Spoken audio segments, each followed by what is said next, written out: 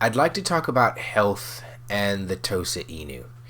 And I'm going to make sure I don't bury the lead. The point of this video and the point of the message I'm sending here is to be a call to action. The goal is to inspire people to act.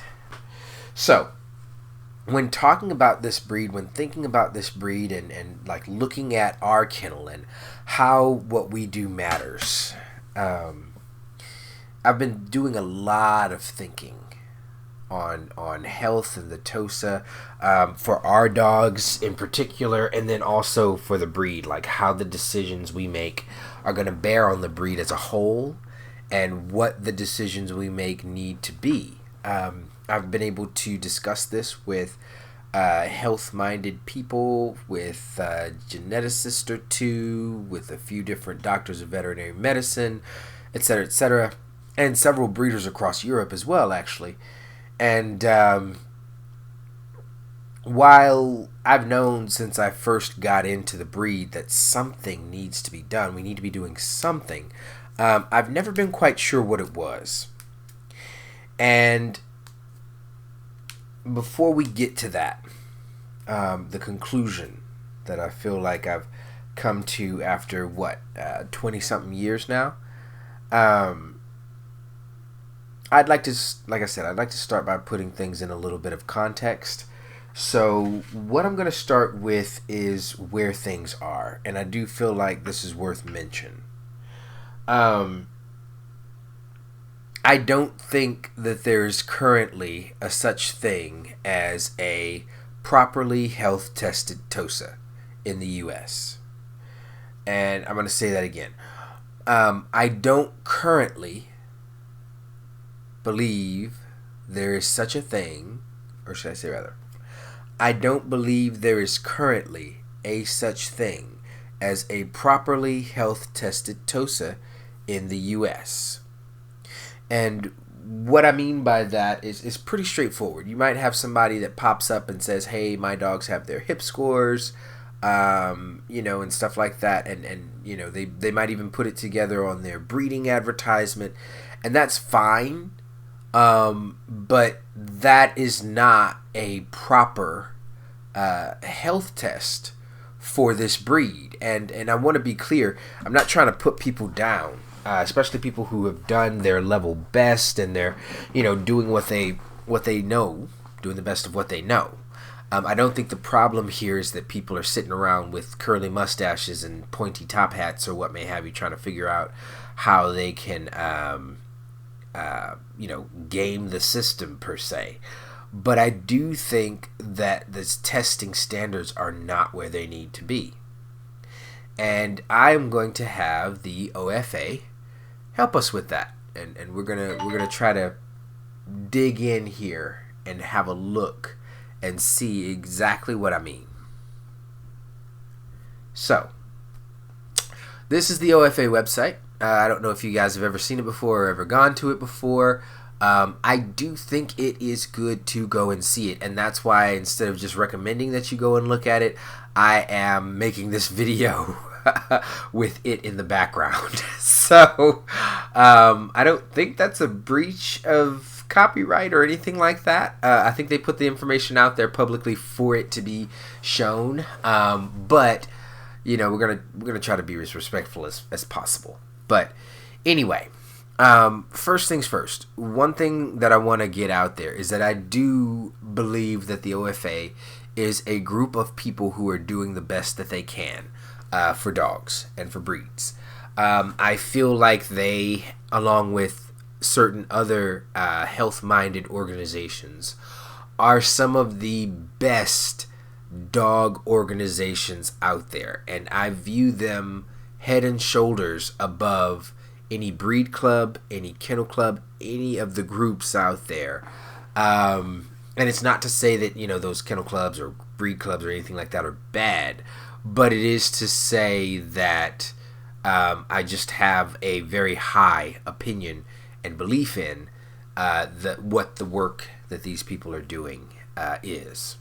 I don't know if you guys can tell this isn't scripted, but but yeah. So getting to the point here, we are going to use the statistics that they gather to help paint a picture here.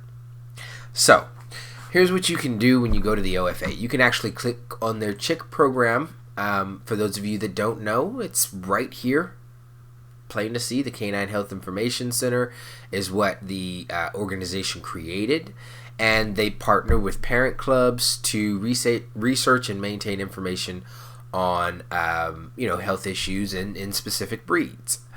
As far as what they do beyond that is that dogs tested in accordance with the protocols that they recognize, or excuse me, dogs tested in accordance with those protocols that they establish get a chick number and certification, and oftentimes this is included when announcing a breed, litter, or what may have you, and letting people know, hey, this is my dog's chick number. You can actually go and look them up and get information on them, but you also know that that dog has met these requirements. When it comes to it, as far as this program, I think it's wonderful. I think that it is a model of what I'd like to do in structuring the way the TCA works with its members and the people in the breed. It is incentive to do the right thing, instead of just beating people over the head, with people that you disagree. We'll worry about that some other time. Anyway, as far as what that is, what the Chick Certification Program is, and what that boils down for you as the person that's watching this video, it's really just another way to verify the type of dog that you're looking at. Any dog that can get a Chick number and certification should get a Chick number and certification, as far as I'm concerned. I think that whether the dog is being bred or not, it would be good to be able to, first off, for breeding dogs, the reasons are obvious, but even for dogs that aren't being bred, still knowing what those breeding dogs are producing is key, and is another way to get a 360 view of what's going on inside your dog's genetic code, right, in their DNA. So that's my personal opinion, but just as far as what it is, this is it. Those of you that are interested in learning more about it, feel free to come to the OFA and get more information there. We're going to move on and click on this browse by breed. As for what we're looking for here, I thought about where to start on this, and I think we're going to start with the Tosa. And then we're going to look at some other breeds. But let's start with our breed. Sounds fair. Let's see here. Tosa. All right. So, looking at the Tosa, checking them out. So, it says your breed is not yet part of the Chick program, and pretty much what that means is that they haven't had sufficient numbers tested. So, off the bat, you already know what this is going to look like. Once they have sufficient numbers tested and the breed has a breed club that has established those testing standards, as we've looked at what the Chick program actually is, then they can make a Chick program for this breed. However, unfortunately, they can't do that at this time because there are not enough testing results, and there is there hasn't been a breed club until we came onto the scene until the breed club came onto the scene in 2023. So let's have a look at what we're looking at here, these testing statistics. Now, there's plenty over here that you can look at, all this other stuff. None of that, honestly, is relevant at this time for this breed. Kind of sad, but that's the reality of, this blue highlighted part. So let's look at the testing statistics. Let's get into them. So here we have the testing statistics for the Tosa. And if you look at the years here, you look at this part over here, I'm going to highlight it. Oh, it's highlighting too much. So let's just start with this. So this is the testing results, and it tells you the results, the percent trend by year, by birth year rather, to help you to kind of grasp what dogs are, or should I say rather, when these dogs were tested. So this was a very helpful graphic in a lot of breeds where you can see broadly across the entirety of your breed how the breeding practices are affecting the breed. You can see based off of the percentages in each category: excellent, good, fair, mild, moderate, severe, right? You can see the testing results, right? And if, say for instance, 20% were good in for dogs born prior to 1990, for dogs born 91 to 95, 29% were good. So that's a good trend. But then it cut down to 12% from 96 to 2000, 20% again 2001 to 2005, 13% 2006, 100% were good in 2011 to 2015. And then 33% rather are good in 2016 to 2020. So when it comes to it, what we know is that the dogs themselves, right? The number of dogs tested, we could probably break this down very easy. I can tell you that 2011 to 2015, as far as dogs born from 2011 to 2015, only one dog was tested. That's how you get 100% of anything. Okay? For dogs born from 2016 to 2020, this number here is a control. It is not indicative of test results of an individual dog. So what that means is you ignore this number when trying to count how many dogs there were. And what we look at here is 33.3%, which means a third of 100, and therefore we can deduce that there were likely 3 dogs that were born between 2016 and 2020 that were tested. That's it. As far as dogs tested since 2021, 0. Right? That's how you get these 0 numbers. When it comes to reading this chart and kind of orienting yourself with the information here, this number jumped out at me pretty quick. The total tested number right here. As far as that's concerned, since prior to 1990, and OFA has been around since like the 60s or something like that. Since their inception, TOSAs have been around in the U.S. for about as long as the OFA has existed. And 100 dogs have been tested in that time. That is to say, 100 dogs have been tested in the last 60 years.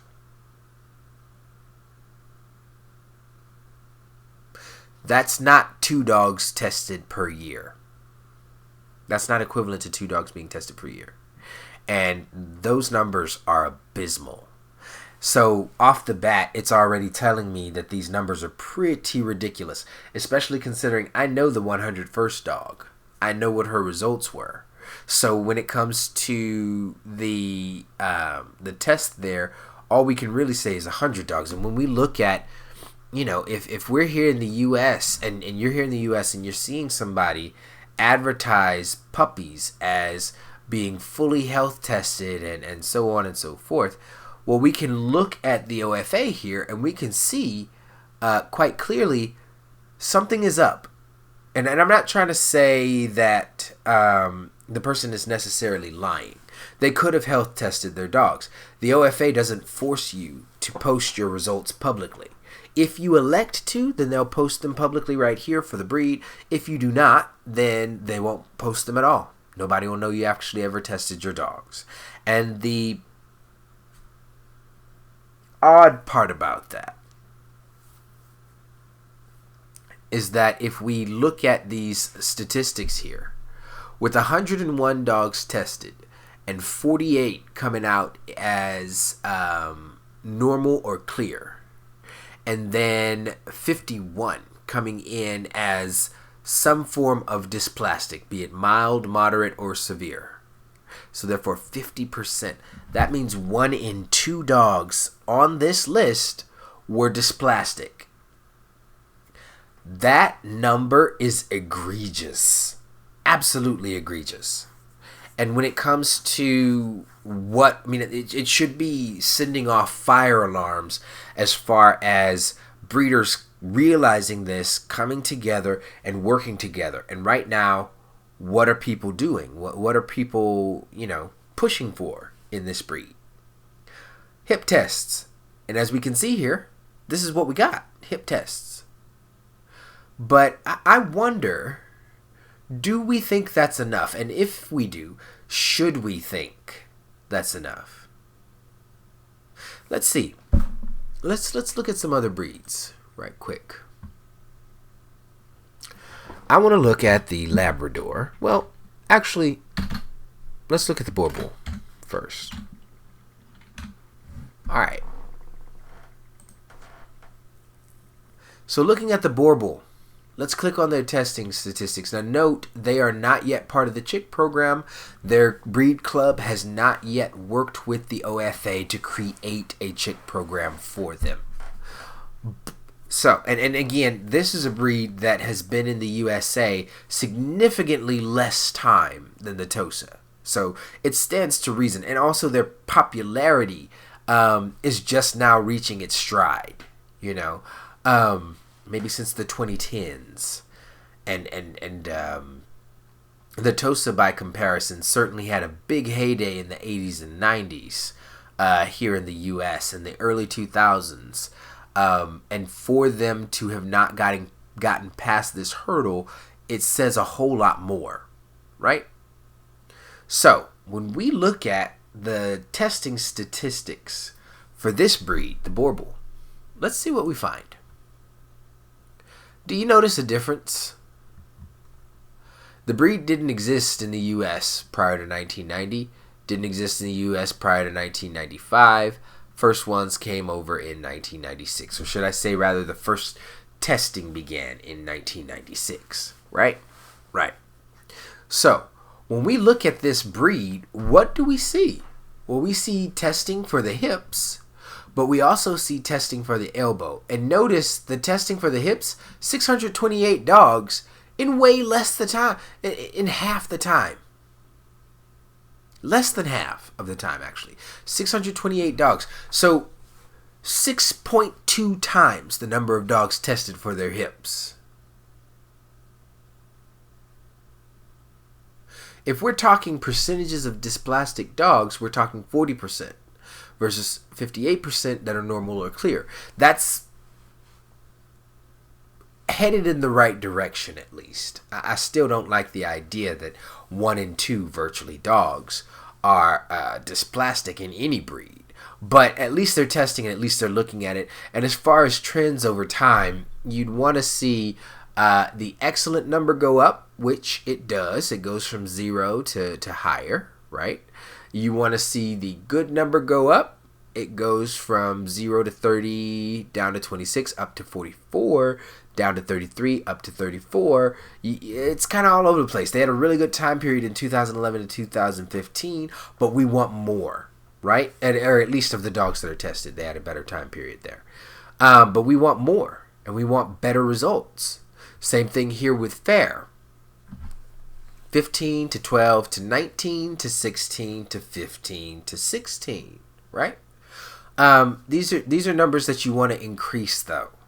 So when we look at dysplastic, again, 15% to 20% to 29%, then down to 22%, then back up to 27, then back up to 29. We want that number to go down. But in the very least, you can see these trends over time and how the breeding choices are being played out in the results of what is produced. So, that's that. I won't dwell on that too much. Moving on. We've got elbows. Do you know how many Tosas have had their elbows tested and reported with the OFA? Did you see a number for them? No, you didn't. And the reason why is because the answer is 0. 0 Tosas have had their elbows tested and reported with the OFA. That means if we, or should I say rather, when we run our dog's elbows, we will be the first people in the history of the breed in the U.S. to test their elbows. If we test their elbows and their hips, we'll be the first people in the history of the breed in the U.S. to test their elbows and their hips.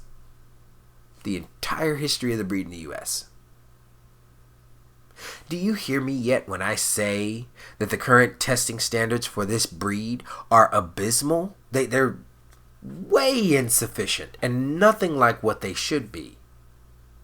I mean, you can see what else is here, right? There's a basic cardiac, advanced cardiac, congenital cardiac. Again, higher than the Tosa's hips, higher than the Tosa's hips, higher than the Tosa's hips. Eyes, higher than the Tosa's hips. Patella. You'd think that they tested that when they tested the hips, or at least the back leg. Well, I guess that's not the hips; that's the back legs. So I guess it makes sense for it to be separate, but it doesn't make sense that 85 Borbals have had something so low on the totem pole of important things to test. 85 dogs have had that tested in this breed, and we've only got them beat for our main test, our only test, right, by what, less than 20? Hyperuricosuria, not sure what that is or how to pronounce it, but more than half of our 101 right here on this thing that I can't pronounce and never heard of before. Let's keep going.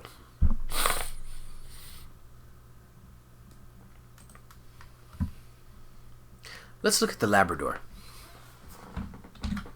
because I want you guys to see something. And this is going to be about what you would guess it would be. Look at this. They have a chick program, for starters, and therefore right off the bat you've got all of this recommended screening and all that stuff that's on here, and it's all done while working with the breed's parent club. Again, they've got a parent club, they've got people organized behind this breed, and they're working with the OFA. Let's look at what their testing statistics are. Yeah.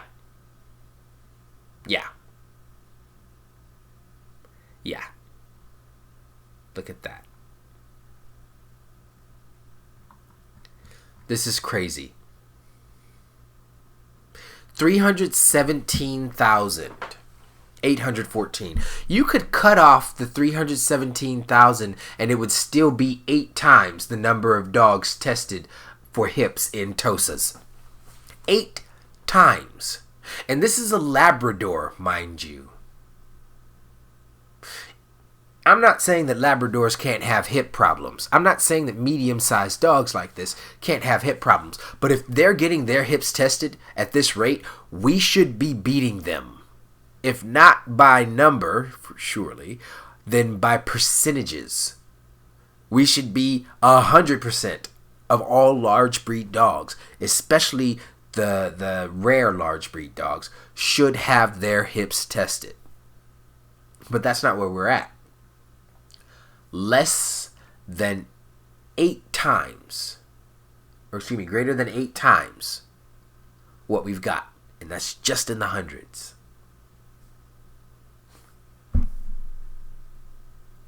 $142,000 dogs have had their elbows tested. 93,000 dogs have had their eyes tested. 12,000 congenital cardiac, exercise-induced collapse. They care more.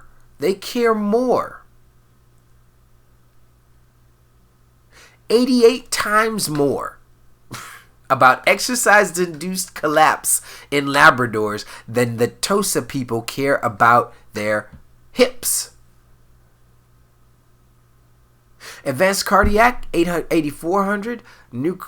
Central nuclear myopathy, progressive retinal atrophy, PRA, patella basic cardiac delocus. It's just, you could just keep going down the list. Shoulder, narcolepsy, pyruvate kinase deficiency, whatever that is, muscular corneal dystrophy, or macular corneal dystrophy. Didn't realize dogs could get macular, but they do, because they've come together and they've worked to put this together. Copper toxosis, MCR1, hearing test, which is super important. Even though these dogs, from what I know, don't come in white, they still do a Bayer hearing test on them. 52 dogs, more than half of our Tosa testing. The Labrador has matched it. And note, it's something that started recently, or after the fact, and has continued on. We don't currently have any Tosas tested for anything that have been born since 2021. None in the breed have had theirs reported. That's crazy. Let's look at one more breed. This guy right here, right? That guy. Let's look at him.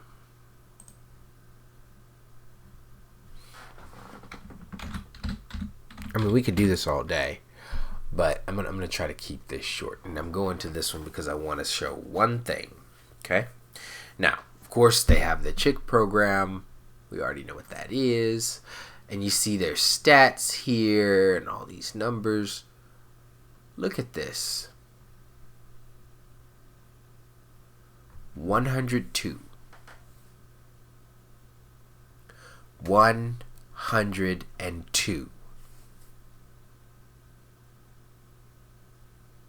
There are more people that care about exercise-induced collapse in golden retrievers than there are people who care about the Tosa's hips. Let's go back to the Tosa.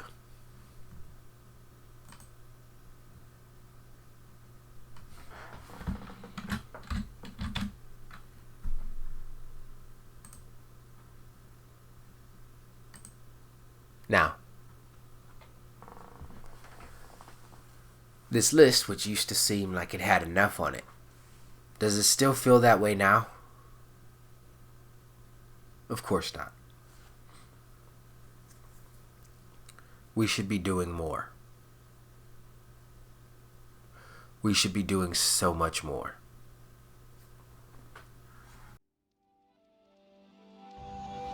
Thank you guys so very much for checking out our channel, for watching our videos. I hope I wasn't too boring. Thank you for following us or watching us. If you do not already follow us, please follow. If you have not liked this video, please like, and please subscribe, and you'll be able to keep up with the next videos we put out about Tosas.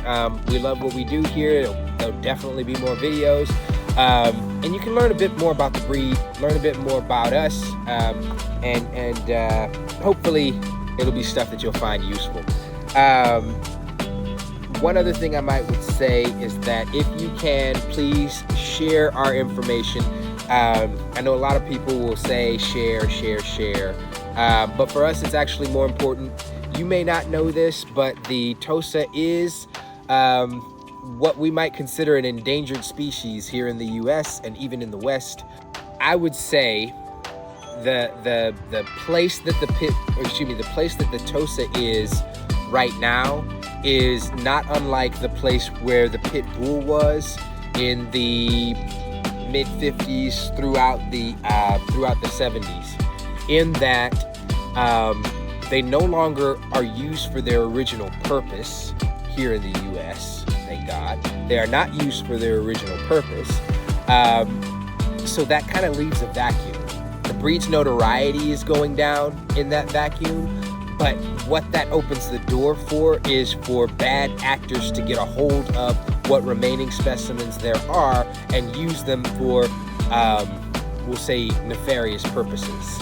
And when it comes to it, This is a wonderful breed. We just barely got the pit bull to where it's like 50-50 publicity, right? I'd hate for the Tosa to be the next dog everybody hates. So please share as much as you can. Get the information out there about the breed. It took so long for the pit bull to make a comeback, not because of breeding and responsible breeding practice. No, there's always been people that have been breeding pit bulls responsibly. You know, what it took was having people in their corner, advocates, people who could stand up and say, that's not the way pit bulls act in reality. That's a dog that's been abused. That's a dog that's been mistreated. That's a dog that's been mistrained. And that can happen to any breed, you know? And the more that those people get out there, the more you see the pit bull coming out in a better light, you know? Unfortunately, it's still got a long way to go, but that was the change. And the same thing is true for the Tosa. We need people who are going to get out there and say, hey, look, that behavior right there, that's not a Tosa. This, that, the other thing, that's not Tosa behavior. This is an example of an unfortunate set of circumstances that befell an individual dog. It is not what is to be expected of the breed as a whole. So when it comes to it, I think it's super important that you share, even more than liking and subscribing, which would be awesome. But share so that the information gets out there and more people learn the truth about the Tosa. All of it, not just the fighting past, but where they are today and where they're heading. Hopefully, more people will see this, more people will share, and the information will be out there. Again, you don't necessarily have to want to get a Tosa yourself, but learn about the breed. We need more advocates. Hopefully, some people watching this will find that true and become an advocate for this wonderful, amazing breed. Thank you guys so much for your time. We'll let you go and enjoy your life and let Mr. Dante get on to his kibble for the day.